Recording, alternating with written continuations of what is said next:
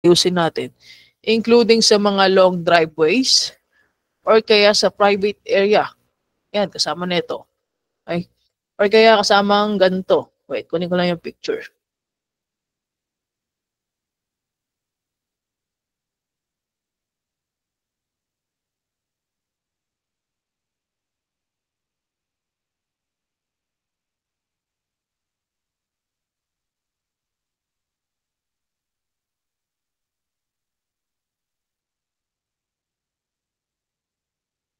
Ayan. So yung mga nasa private area, long driveway, kailangan nating i-capture yung crosswalk guys sa hindi clouds. Ayan lang. Sundan nyo lang siya kung ano yung itsura niya. Gamit lang kayo dyan ng e-tool. Okay na yon kasi yung iba dyan wala siyang label ng long driveway o yung road. Hindi natin yun kailangan ayusin. Okay? Focus lang tayo sa crosswalk. Ayusin lang natin yung shape. Okay, paano mag-ayos ng shape? Ganito lang guys. Yan, gamit lang kayo ng repair tool. Tapos yan, all goods na yan. Okay? So, hindi nyo na yan kailangan kunin yung crosswalk dun sa may BOC. Okay lang yan. Yan. Tapos dito, hindi naman to crosswalk, baka stopline yan. Yan. Tapos yung kapitbahay ko, kung sino man, pakuha na lang nito ha. Yan. Save lang siya dito sa example na isi-send ko rin later. Okay? Naintindihan ba guys sa crosswalk? So yun lang din naman, sa filter side, marami rin to guys, nasa 14,000.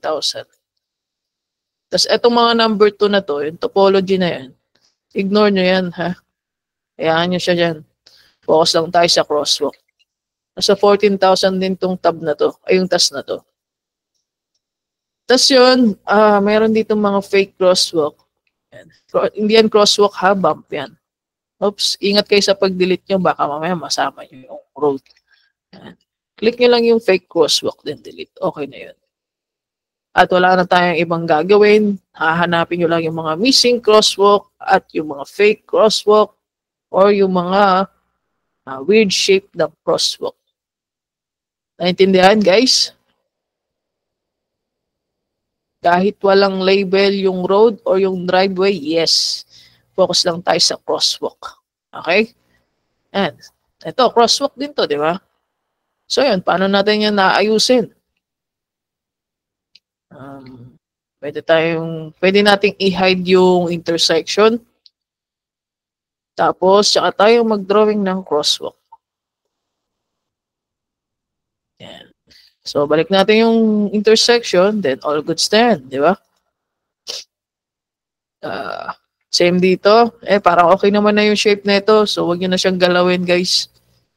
Okay lang din ang shape, huwag nang galawin. Yan, napakasimple lang ng task natin. Crosswalk lang, wala nang iba. Hindi na yung kailangan intindihin yung mga road or yung mga any errors na yan. Then, submit na pag wala ng crosswalk. Meron pa pala. Ito, hindi to crosswalk ha, bump yan. Okay. Ito rin, bump lang din to guys, hindi yan crosswalk. So, ingat kayo doon. If hindi nyo sure kung bump ba yun or crosswalk, pwede kayo mag-ask sa leaders nyo. So, naintindihan guys? Klaro ba? Klaro tayo sa cloud and sa crosswalk.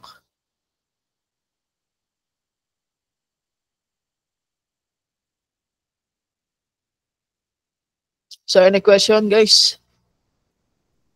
Yung mga nag-attend lang ang i-verify ko sa crosswalk ha. Kaya yung attendance guys, attendance muna tayo. Checker ID ang gagamitin nyo dito mamaya sa crosswalk.